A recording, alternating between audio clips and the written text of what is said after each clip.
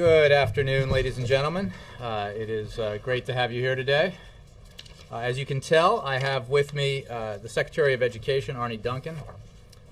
This week, as I know, President Obama is launching a concerted effort to get Congress to stop the interest rate on student loans from doubling in July. Secretary Duncan is here to talk about that issue with you, to take questions on that issue from you.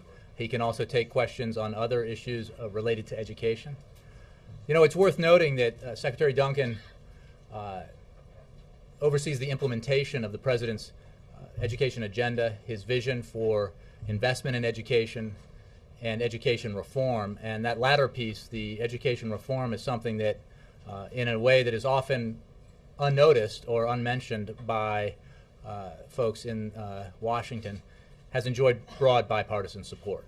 This is another issue that should enjoy broad bipartisan support because you really have to have a brick in your head not to understand that education is the cornerstone of our economic future. Without it, we cannot compete and win in the 21st century. And with that, I give you Secretary Duncan. Thank you, Jay, and good afternoon. Next week, President Obama is traveling to 3 states to talk about the fact that interest rates for new subsidized student loans are set to increase on July 1st unless Congress acts to change that law. The rates were set by Congress in 2007. And the current interest rate is 3.4%, and it will double without Congress's action to 6.8%. Based on the average loan amount, this will add more than $1,000 in costs over the life of that loan. For students who borrow heavily to go to college, it would obviously cost them even more. And we estimate that this interest rate increase will affect more than 7 million families expected to take out new loans this fall. At a time when going to college has never been more important, it is also, unfortunately, has never been more expensive. Families and students are struggling to meet these costs, and there's no reason why we should add to their burden. And I have to tell you, as I've traveled throughout the country, and was just in Iowa and Wisconsin over the past 2 days with Secretary Vilsack, not just in disadvantaged communities, but more and more middle-class families are starting to think college might not be for them. It's for rich folks. There's a real problem with that when we know going to college is the path to the middle class. Next week, President Obama will outline the administration's proposal to work with Congress to keep interest rates down and spare working Americans this added cost, this added burden. And all of us share responsibility for the cost of college, from federal and state governments to educational institutions, students, and their families.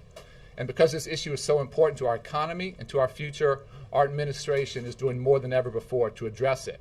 And we have a number of proposals in our 2013 budget. With the support of Congress, we have doubled Pell Grant funding for low-income students and nearly tripled tax credits for middle-class families. We've lowered the cap on student loan payments to 15% of income, and we're going to lower it even further to 10% starting in 2014. The President, Vice President Biden, and myself, and so many others have held town halls all across the country to talk about the costs of college. We've met with university presidents, governors, state legislators, and members of Congress. And next week, the President will meet with students at the University of North Carolina at Chapel Hill, the University of Colorado at Boulder, and the University of Iowa in Iowa City. These 3 universities are among the nation's educational jewels, and we should do everything possible to ensure that they remain affordable. You may also know that 2012 marks the 150th anniversary of the Morrill Act, which was signed into law by President Abraham Lincoln and created the first public universities.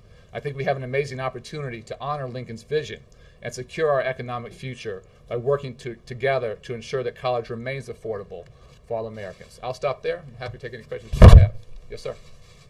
Secretary, this afternoon the White House is going to be screening a viewing of the movie Bully.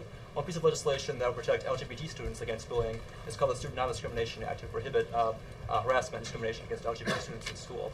Is the administration prepared to endorse that legislation at this time? Well, we have to continue to do everything we can to make sure that there is zero tolerance for this. And I met with one of the young women in the movie this morning with her father. This is very personal for me and for the President. And we all have children who are in school now. And whenever children are going to school scared, it's hard to concentrate on biology and algebra. So as a country, hopefully you've seen an unprecedented level of support from our administration, first ever anti-bullying summit here in the White House. The President's talked about his own experiences there. You've seen many states toughen laws to try and protect students from bullying.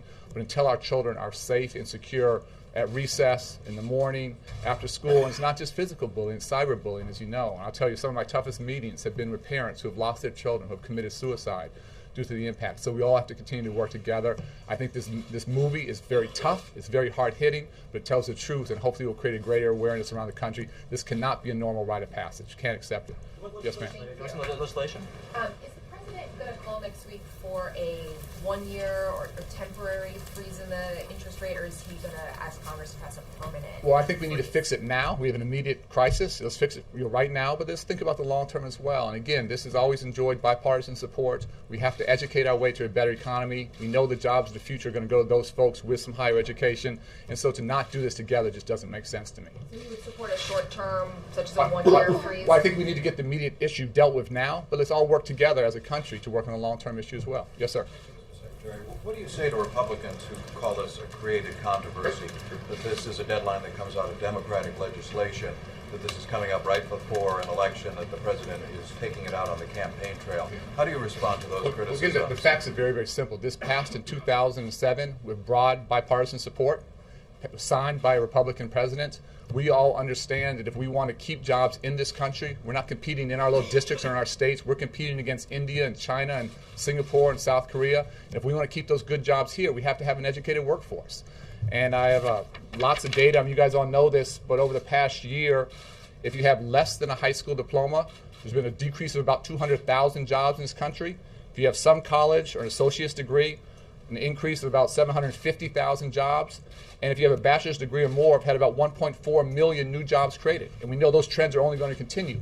So we all have to. Again, this isn't Republican or Democrat, or I could care less about politics and ideology. This is about we need an educated workforce.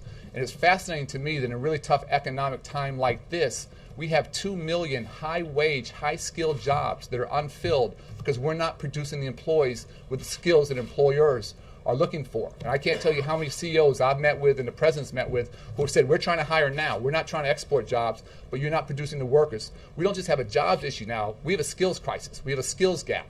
We have to close that skills gap. The only way we do that is to have a lot more young people graduate from college and go on to college, graduate from high school and go on to college. Just to be clear, you're saying that Republicans are wrong to suggest that this is being brought up as a wedge issue. Absolutely. This was passed 5 years ago in a bipartisan way. No reason it shouldn't pass again in a bipartisan way. It was signed by a Republican governor. We have to educate our way to a better economy. That is not a Republican or a Democrat or any issue. That's just that's reality. Yes, sir. Secretary, you said that it would increase the average loan by $1,000 over its life. What is the life of an average loan? It depends. The average is 12 years. It varies. And so for each year this doesn't happen, it'd be an additional $1,000. So if it doesn't happen this year, it's $1,000. Another year, $2,000. And again, right now we know debt from college exceeds credit card debt in this country. Something's wrong with that picture. We don't need to increase that debt. We need to keep it where it is at a minimum. And obviously we've done so much to try and make college more affordable. We've talked about Pell Grants, Perkins loans increases. We're asking for the ability to double work-study opportunities. College has to be affordable for the middle class and for folks aspiring to go to the middle class. And unfortunately, many, many, many American families, again, all types of neighborhoods, all types of backgrounds, are starting to think college isn't for them. That's a real problem. Yes. Secretary Duncan, you have a lot of zest at the podium about this issue. I'm going to use a term that's familiar to you. Are you going to put some skin in the game, going on the Hill, you and the president talking about this? So I'll do whatever it takes. And I've been out traveling the country every single week talking about this for a long time. We've done a number of town halls with the vice president. The president's been out there. He's going to 3 different universities next week. And this is, again, one where I know you guys love politics and love all that stuff. That's zero of my interest. I'm not any good at it. Don't care about it. We need a lot more young people to go to college and to graduate. That's all this is about. And when families start to think that they can't afford college, that is not good for those families, for those communities, or for our country. But are you willing to go to the Hill? Of course, sorry. Absolutely. Absolutely. Whatever it takes. We'll keep working. Yes, ma'am. Secretary Duncan, I want to ask you a question about school safety. Today is the 13th anniversary of Columbine. The 5th anniversary of Virginia Tech passed this week. Obviously, a lot of lessons have been learned, but from your perspective, what more needs to be done? It's a great question. They don't have easy answers. I think we as a nation have learned a tremendous amount about the warning signs and about acting very, very quickly when there is an issue. But I just sort of take it right back to the bullying issue, that when we have children or young adults or high school students who don't feel safe, who aren't secure, you can't begin to be as effective as you need to and concentrate academically. And so creating a climate that is free of violence, free of fear, where young people can concentrate on what's going on in class is desperately important. So I think there's been a lot of progress. We've actually seen a reduction in violence, which has been very encouraging. But one incident is obviously one incident way too many. And I come at this more as a parent than anything else. I have a 10-year-old daughter and an 8-year-old son, and I don't want them or anyone else's children having to worry about this going to school each day.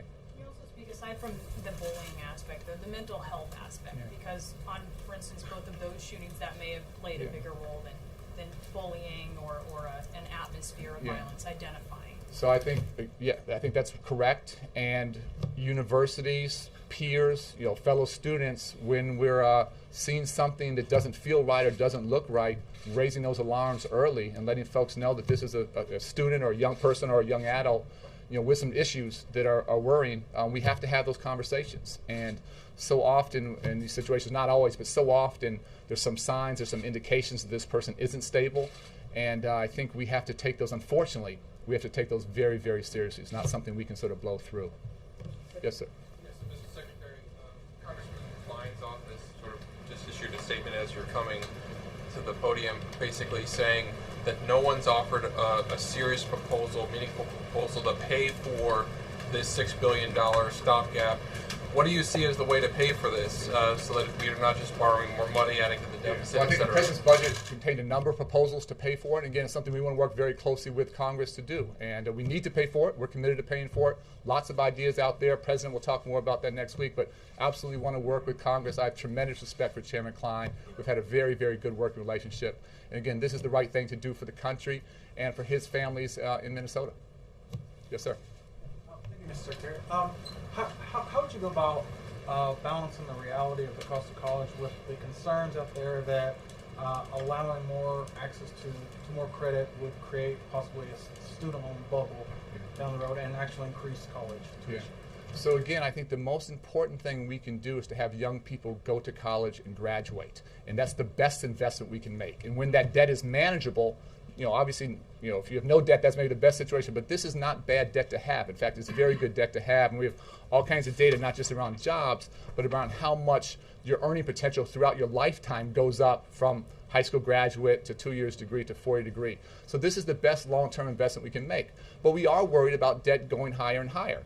And so when we have an opportunity to work together in a bipartisan way to prevent that escalation of debt, this is the right thing to do, and I expect folks to step up and do that. Do you think there is a correlation between more access to student loans and the rising cost of tuition? I don't. We've looked at it really closely, actually more on the Pell Grant side, and the data is very interesting because people say when you increase Pell Grants, tuition goes up. Well, if you look over 30 years, over those 30 years, 19 of those years, Pell Grants went up. 10 of those years, Pell Grants went down. 1 year was stable, and all 30 of those years, tuition went up. So I don't think there's a correlation there. But we are challenging, this is about shared responsibility. As you know, we're challenging states to continue to invest. We're trying to lead by example with huge increases in Pell Grants, the biggest since the GI Bill. Perkins loans, double work study, make the AOTC permanent.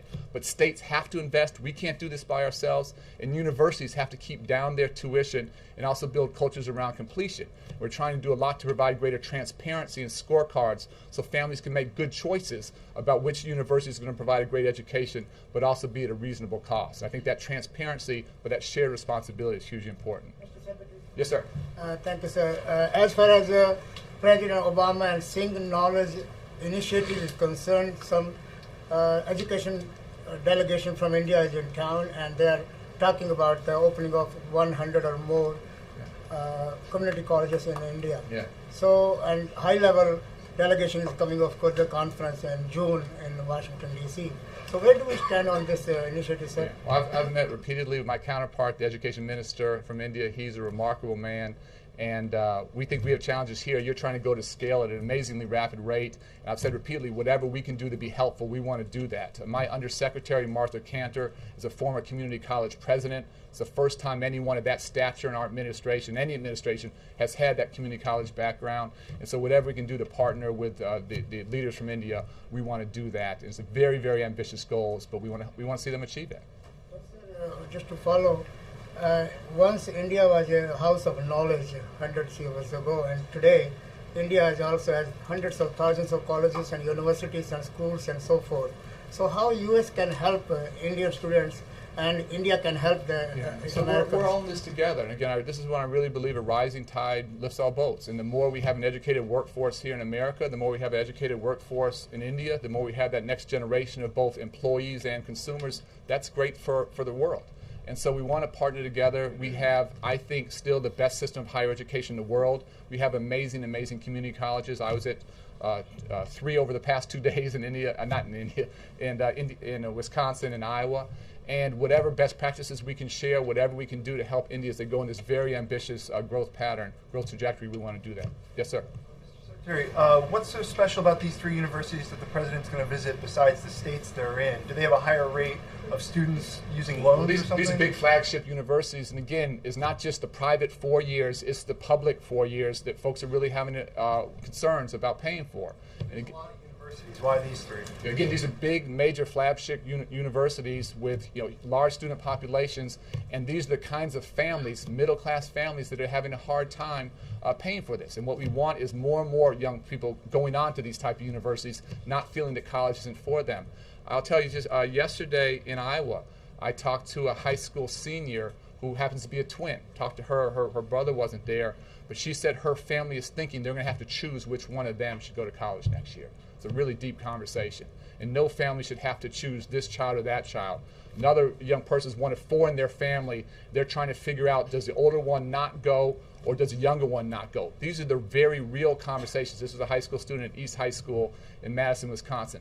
These are the very real conversations that families are having. They should not have to have those conversations. You shouldn't have to sacrifice one twin for the other. You shouldn't have to sacrifice your eldest born for your 4th born, or whatever it might be. This has to be an affordable opportunity for hard-working Americans, and we need to make sure it stays that way. Yes, sir. You said there are a lot of ideas the president has and that the Hill has, Congress has for paying for it. But do you guys have a preferred option? When you go to the Hill, what are you going to bring to the table? We're open-minded. Again, there's a number of ideas that the president proposed in his budget, and we want to work hand in hand with Congress. So we're not set on one idea. We absolutely want to pay for it. But again, the cost of inaction is I think unacceptably high. This is one where we have to get our act together. Maybe Congress is struggling these days. There's no question about that. And if there's going to be one issue that folks can unite behind, I can't think of a better one than around education, educating our way to a better economy. So for all the past bitterness or fighting, whatever it might be, why not come together and do the right thing for the country? I think this is a great opportunity for folks on both sides to do that. And have you already started? Sorry, have you already started? I guess before this announcement today, going to the Hill and talking with lawmakers. We've talked to many lawmakers. I've testified 2 or 3 times over the past couple of weeks. I'm testifying again next week, and this has been at the heart of what we're talking about. And again, I think people see both the opportunity to do the right thing and the huge cost of inaction.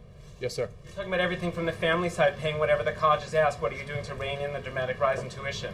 So a couple thoughts there. One big thing is we've proposed in the president's budget $1 billion race to the top for higher education, that we have put money behind, again, not just in those states that continue to invest, and in those institutions, those colleges that do 2 things: keep their costs down, and also create a culture around college completion. It can't just be around access, it's got to be around completion. The other big piece, I think, has been the lack of transparency. I think young people and families are making these very complicated decisions. It's been very hard to figure out what this university's financial aid package is versus this university's. So we're working to create much greater transparency. Young people want a great education, but they want value for their money as well. So put strong incentives out there, also move some resources potentially more towards those universities that are doing things right and away from those that aren't. And again, we have the best system of higher education in the world. We have 6,000 options: 2-year, 4-year, public, private, big, small, whatever it might be. We want young people to make the right choice for them.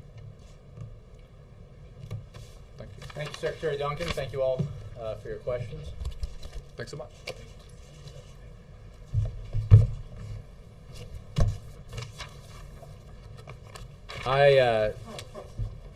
Separate from the presentation that Secretary Duncan just gave, I do not have anything else to begin with, so I'll go straight to questions from Julie, the Associated Press. Thank you. I just wanted to follow up on Secretary Clinton's remarks yesterday at the Friends of Syria meeting, which were happening during the briefing. She essentially called for tougher UN Security Council action on Syria, but also acknowledged the likelihood that anything put forward to the Security Council would be vetoed. So I'm wondering if there's a concern in the administration that continuing to focus on Security Council action, which seems likely to be vetoed, is wasting time as the rebels seem to be losing strength in Syria. Well, a couple of things. We remain horrified by the reports of significant violations of the ceasefire by the Assad regime. Yet again, this regime has failed to keep its word, has failed to, thus far, live up to the obligations it made to honor the Annan plan. Secondly, we are in consultation with Security Council members about next steps. It is absolutely true, and we bemoaned the fact at the time that an earlier resolution at the Security Council was vetoed by the Russians and the Chinese. And we made clear our displeasure over that. And we made clear our feeling that, and a feeling that was broadly shared around the world, that it was an historic mistake to side with the Assad regime, a regime that was, at the time and to this day, brutally killing its own people. I think in the interim, the Assad regime's behavior has become all the more clear. I don't want to get ahead of anything the Security Council might do, the conversations and deliberations that will take place there.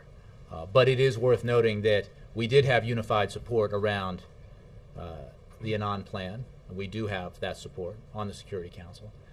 And I think there is greater acknowledgement around the globe, as well as within the United Nations and the Security Council, of the appalling behavior by the regime.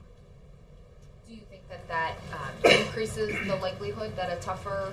I wouldn't want to speculate about what next steps might look like. We obviously remain supportive of the Annan plan. We remain supportive of the steps that are being taken with monitors, but we are also clear-eyed about the failure of the Assad regime to live up to its obligations so far. And we will, of course, engage with the Security Council and broadly with members of the Friends of Syria on next steps as necessary. Is the administration's position still that Assad's demise is inevitable, or are you considering options that would take into account Assad staying in power? We still believe that Assad's tenure, if you will come to an end. It is obviously difficult to put a time frame on that, an end date on that, but he has utterly lost credibility with his own people, credibility with the nations and people of the region, credibility with the nations of the world, credibility with international organizations and regional organizations. His capacity to unflinchingly unleash brutality against his own people in order to sustain his own rule has certainly prolonged his stay in power, but it will not last forever. Yes, Matt. Is any consideration being given to naming a special outside counsel for the Secret Service scandal, or is that an option that's being ruled out? I have, that is the first I've heard that raised. I know of no consideration of that nature. Now that a couple of the names of a couple of the supervisory agents have come to light, can you say at least whether does the president personally know either of those agents? I am not aware that he does. I don't know that he doesn't. I'm not even familiar with the names, although I understand some names have been published. The president has spoken about this, as you know, when he was asked in Colombia on Sunday. He wants the investigation that the Secret Service is leading to come to a completion. If once that completion is reached, if the result is that the allegations that have been broadly reported turn out to be true, he will be angry about it, as he made clear in Colombia. The reason for that is that, as he said then, every member of the United States government who travels to a foreign country on a presidential trip or a trip by a cabinet member or the vice president is representing his or her country and every American in this country, and therefore should conduct themselves appropriately at all times. So, but as I said yesterday and I've said previously, the President does not want to, and I certainly don't want to, get ahead of the conclusions of the investigation, make broader judgments while the investigation is still underway. Jake. The director of the Secret Service, in a meeting with congressional investigators, voiced concern that these prostitutes were in a room or rooms that had confidential security information. I'm wondering, have steps been taken to make sure that if they were, travel plans or whatever may have been on those computers or papers were no longer relevant? Well, I'll say two things. One, I'm certainly not privy to conversations the director of the Secret Service may have had with members of Congress, or the conversations that those members might have had with you about their conversations with the director. I would say that the investigation is ongoing. Specifics like that are not things that I'm in a position to answer questions on at this time.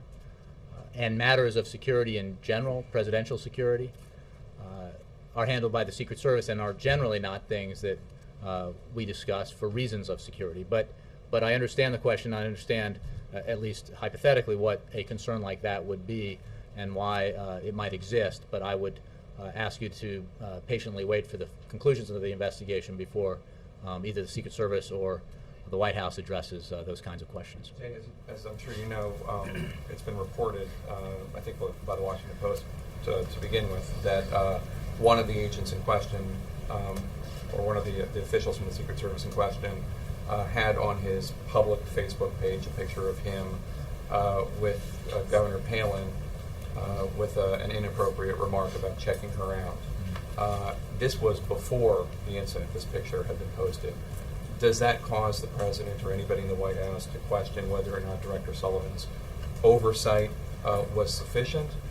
It would seem that that would not be professional either, and it would it might cause somebody to question whether Sullivan was engaging in enough oversight and setting the right tone when it came to the behavior of his agents and officers.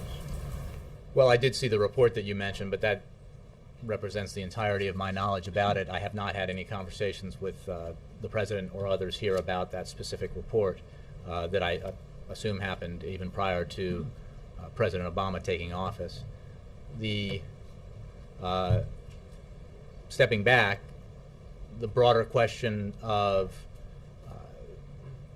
behavior, culture of the institution, I think, is something that I'm not prepared to address at this time while this investigation into this specific matter, and in this case, this specific person, is ongoing. Again, once the investigation is concluded, I'm sure that the Secret Service will have more to say about it, and we may as well. Would information like that cause the President in any way to question whether his confidence in Director Sullivan may be misplaced? Well, again, I haven't had a conversation with the President about this specific Facebook entry or even this agent that you referenced. The two things I would say is that the Secret Service has stated quite clearly, and the President believes, that his security and the overall security of the trip was never compromised into Colombia. He has great faith in, broadly speaking, the Secret Service men and women who protect him and his family, protect the Vice President and members of the traveling staff, protect the grounds here. Right now we want to wait for the conclusion of the investigation into this specific incident before we look more broadly at, if that's necessary, more broadly at some of the issues of culture or security. But the President does, as I've said before, have faith in the Secret Service and high regard for the agency and the job that they do protecting him, his family, protecting his predecessors. It is an enormously difficult job, as you can imagine. It involves putting your life on the line regularly, being willing to sacrifice yourself for the sake not just of an individual, but for the trauma that any kind of harm that might come to a president would cause a nation. That's a huge responsibility, and this incident, while it is obviously under investigation and the allegations that are out there are very concerning, it is also important not to forget what the job that the men and women of the Secret Service do on a regular basis for presidents of both parties. One last question, Jay. Yesterday when Ann asked you whether the White House was confident that nobody who is employed by the White House was engaged in any similar activities, you said something along the lines of you weren't aware of any evidence.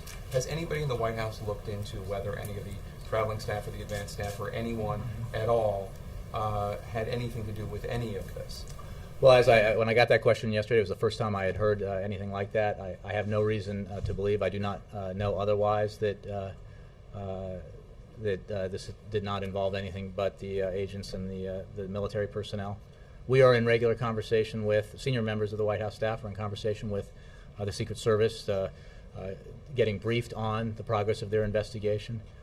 I really don't have anything more for you on that. But that's a Secret Service investigation. It's the Secret Service. I'm wondering if anybody in the White House has just made sure that none of this was done by anybody employed by the White House. Not that I'm aware of. I am not. My answer is the same as it was yesterday. Bill. Some Republicans, including Senator Sessions and Governor Palin, have begun to suggest that this incident, coming on the heels of the report about the GSA party in Las Vegas and the breakdown of command in Afghanistan where soldiers were displaying severed limbs, suggests, in their words, a breakdown in whose words? Senator Sessions and Governor Palin, among others. Breakdown in case you didn't hear that, was Senator Sessions and Governor Palin. In White House oversight of the federal agencies. What's your response? We've been at war in Afghanistan for 10 years. We were at war in Iraq for nearly 9, I believe. Incidents that have been of great concern have happened in those war zones on, unfortunately, numerous occasions over the numbers of years that our forces have been at war there. The incident that you refer to is terrible.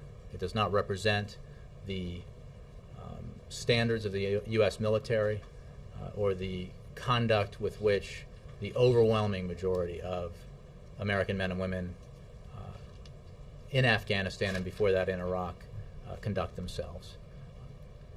Any assertion by those politicians that you mentioned should be of the nature that you mentioned, should be valued at the cost that you paid for it. It is preposterous to politicize the Secret Service, to politicize the behavior of the terrible conduct of some soldiers in Afghanistan in a war that's been going on for 10 years. What they're doing is trying to criticize the president's leadership. Right. What they're doing is trying to turn these incidents, one that's still under investigation, into to political advantage, and obviously you recognize that. Everyone here recognizes that. I think on the face of it, it's a ridiculous assertion that trivializes both this very serious nature of the endeavor that our military is engaged in Afghanistan and the very serious nature both of the work that the Secret Service does, the apolitical nature of the institution, and the seriousness of the investigation underway with regard to the Secret Service and the military and the incident in Colombia. Charles.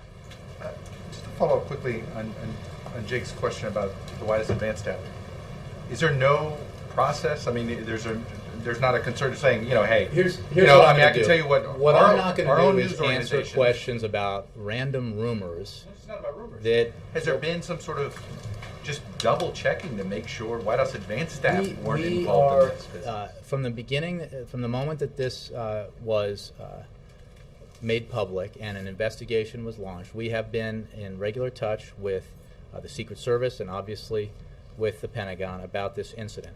And I'm sure the discussion and the briefing covers a variety of subjects, a variety of both facts and rumors. What I'm not going to do, as I said yesterday, is give a play-by-play or speculate about every rumor that you may have heard from either anonymous sources or just the internet. So I just don't have anything more for you on the investigation itself. Sort of an internal investigation, if you will, and you don't know it, Look, or I you're not have sharing? I have no reason, as I said yesterday, to believe that there is a need for that. I'm not going to talk speculatively about where this investigation is going. We know that Mark Sullivan has been briefing any member of Congress that has asked for one. Mm-hmm. Who's he briefing here at the White House? When you say senior officials, can you elaborate? He has had conversations with I believe the Chief of Staff, with Deputy Chief of Staff, and maybe others, and there's obviously been communications with, let me finish this part, there may be communications that other individuals with other members of the Secret Service. In fact, I'm sure there are, not just with the director, and they are, it is a regular conversation so that the White House can be kept abreast of the investigation and steps that are being taken. The President has not had a conversation with Director Sullivan. I wouldn't rule out that he will. I'm sure he will be briefed at some point by the Director about the investigation and where it stands and what we know about what happened. And the 3 universities that were picked next week, can you explain the criteria of why the universities of I would just point North you to Carolina, what's- Colorado, and Iowa were picked? I would just point you to what the Secretary said, and I guess we can go back to the conversation. How many, you would know probably quicker than anybody else in this room, what was the margin of in Iowa in 2008? Substantial, right? Sure. And you're behind now. So any state, actually not the one I saw most recently, but any state by which we won by that margin, should we not travel there? What's I guess what I would ask is not the University of Texas. Great large universities, school, great University of California. great parts of the country. Also, as you know, Chuck, let me just finish. As you know, Chuck, there are a lot of things that go into decisions about travel. It is obviously easier to travel only half the country than the entire length of the country. I would point out, as I did yesterday, that the President was recently delivering remarks in Oklahoma. And while hope springs eternal, I am not prepared at this moment to call that a battleground state. He gave a major speech late last year. I misspoke. I said Nebraska yesterday. It was Kansas, as you know. Again, in either case, although Nebraska, apparently, there was the Omaha bifurcation in 2008, generally not viewed as up for grabs. Generally not perceived to be up for grabs. But Kansas, are you giving us Kansas? No. Is it in your battleground list? No, but in all seriousness, all of his travel next week is to 3 battleground states, are all official visits. You say it feeds the cynicism that this is all sort of one entity here. Is it? Would Jay Carney, the journalist, would be asking the same question? The issue that this concerns, the President's trip next week, education, is, as Secretary Duncan, who made clear he does not give a rip about politics, does not believe that education should be a political or partisan issue, and largely unnoted by NBC and other major outlets represented in this room, has not, by and large, been a partisan issue in this administration, is what the President's going to be talking about. And the unbelievably important reality that on July 1st, rates for student loans are going to double if we don't take action. That is a policy issue that will matter greatly to the students of the very large universities the President will be visiting. There is, to suggest, again, it is simply not something we accept that the President should not be able to travel all around the country, should not be able to travel to talk about his agenda with the American people that he represents. And if you took seriously all the maps that show states that are battleground states and therefore would be somehow inappropriate for a incumbent president to visit in a re-election year, he would be severely restricting his ability to go to big parts of the country. So, I'm just going to give you guys this answer because it's it's a fact. And I would point, Jake and I were talking about this yesterday when this story first came out. Wall Street Journal ran this great graphic about how President Obama had traveled to more battleground states at this stage in the re-election cycle than his predecessor. But what they left out was that they did not consider in 2004 Virginia to be a battleground state. It was solid Republican, but they did consider it for President Obama because he won it against all expectations, right? And as you know, Chuck, you've been around long enough, every president goes to Virginia all the time because it's an easy way to get out of Washington and get beyond the Beltway and get out into the country. So, there's a lot of ways to make a lot more out of this than there is. No campaign events in North Carolina, Colorado, Iowa next week? I don't have the full schedule, but these are official events that where he's going to talk about the student loan issues. Some people have gotten, yes, Tanguy. The first round of you don't want to talk election about that in France this weekend. I was just wondering if the White House was closely monitoring this election, and are you confident on the stability of the working relationship with Paris, whoever ends up winning? Well, we're certainly monitoring it in the sense that we follow the news, and France is a great, great ally of the United States, and will continue to be so. Certainly. What does the president hope will be achieved? Does Sky News take issue with that in the U.S., the relationship between the U.S. and France? Perhaps you opened this up, Jay. Okay. We have not 90 million subscribers worldwide that are very interested in what goes on in this White House, especially. Okay, sure. And one of the questions I have from Sky News is, what does the president hope will be achieved in solving the Eurozone crisis as the IMF World Bank meetings come to an end here in Washington this weekend? Mm-hmm. Well, that they're obviously looking at the Eurozone crisis at the IMF. That the measures that European governments are taking with regard to the Eurozone crisis obviously extend beyond the IMF. The IMF has an important role to play, as we've always said. It is an adjunct role. It is not a principal role. European governments and banks are taking the lead in that. U.S. contributions to the IMF will not be raised. And will remain where they are. But the IMF does have an important role to play, and the Europeans have taken some important steps, very important steps, in terms of building a firewall, actions the ECB has taken, reforms undertaken in Greece and Italy. But there is more to be done, and we are always available and extremely engaged with our European allies on this issue, Secretary Geithner in particular, Leo Brainerd also at the Treasury Department and others, very engaged with our European allies in providing whatever counsel we can to help them deal with this significant challenge. Thank you, Jim. Wendell. What did the GSA spending abuses say about the Vice President's effort to track down waste in government spending? Well, I would say two things, Wendell. I appreciate the question. First, with regards to conference spending in particular, which is the matter of concern with the GSA that so outraged the president and led to the actions that have taken place there. First of all, in September of 2011, the President's Office of Management and Budget directed all agency heads to conduct a thorough review of how they are spending taxpayer dollars on conferences. Pending that review, conference-related activities and expenses were not permitted to go forward without sign-off by the Deputy Secretary or an equivalent Chief Operating Officer for each agency. Each agency has established tough internal controls and has certified those controls are now in place. Federal agencies have identified and are currently executing on plans to achieve travel and conference cost savings that total nearly $1.2 billion as a result of the President's executive order. To date, they have achieved over $280 million in reduced costs in the first quarter of fiscal year 2012 compared to the same period of time in fiscal year 2010.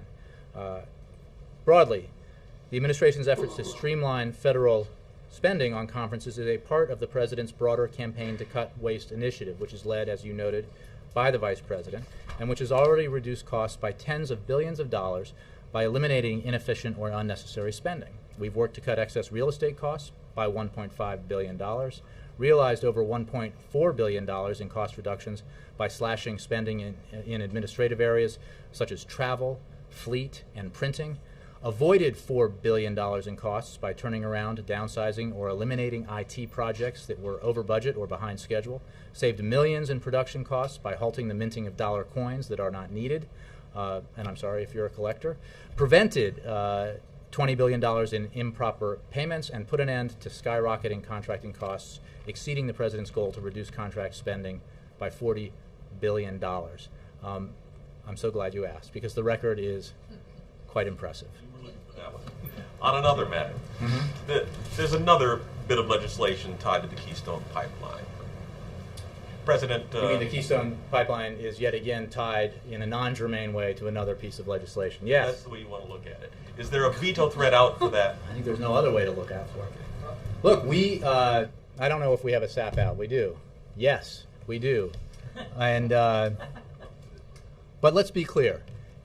What Congress is asking, in this highly politicized, highly partisan way, attaching a provision on the Keystone Pipeline to a piece of legislation that has nothing to do with it, is basically asking, and American people should be aware of this, the United States Congress, very important body, takes American security and sovereignty and very, very, very seriously, or should, is saying that we will, in advance, blind approve a pipeline, a proposal for which does not exist. But we'll approve it anyway. A foreign pipeline built by a foreign company emanating from foreign territory to cross U.S. borders. Now, we love the Canadians. They are very close allies. But there is a process in place for a reason that is run through the State Department that requires this kind of project, because it crosses U.S. border with a foreign country, to be reviewed and approved by the State Department in a very deliberate way.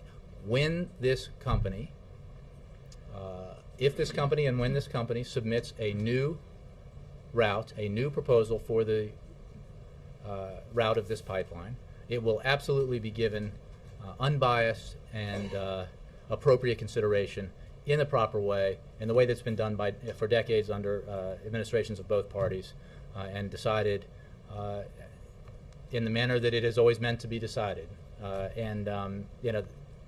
Partisan efforts to attach it to something and basically to say to the American people, it doesn't matter, even though it's coming from a foreign country, even though it's built by a foreign company and it's crossing our borders, let's approve it in advance. That's unacceptable to this president.